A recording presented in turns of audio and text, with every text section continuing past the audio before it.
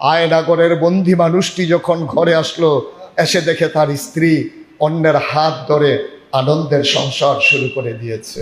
ধরা যাবে না, ছোঁয়া যাবে না, বলা যাবে না কথা, রক্ত দিয়ে কিনে নিলাম আজব স্বাধীনতা। আমরা চার দেয়ালের ভিতরে বন্দি থেকেও স্বস্তি পাচ্ছিলাম না। আমরা নিচে লোক দাঁড় করিয়ে রাখা হতো, গোয়েন্দা বাহিনীর লোক, আইন শৃঙ্খলা রক্ষাকারী বাহিনীর লোক আমাদেরকে আবার হ্যান্ডকাফ পরিয়ে জেল প্রকোষ্ঠে নিয়ে যায় যে কিনা। এই নির্মম নির্যাতন। ছোট বাচ্চাটা ঈদ আসে, চাঁদ উঠে আকাশে, সবাই যখন নতুন জামা পরে, সবাই যখন ফিন্নি খায়, বাচ্চাটা অপেক্ষা করে বাবা আসলেই খাবো, আর আগে না। আমি তো বারবার বলি, স্বপ্ন তা নয় যা ঘুমিয়ে ঘুমিয়ে দেখা হয়, স্বপ্ন তো তাই যা আমাকে ঘুমুতে দেয় না।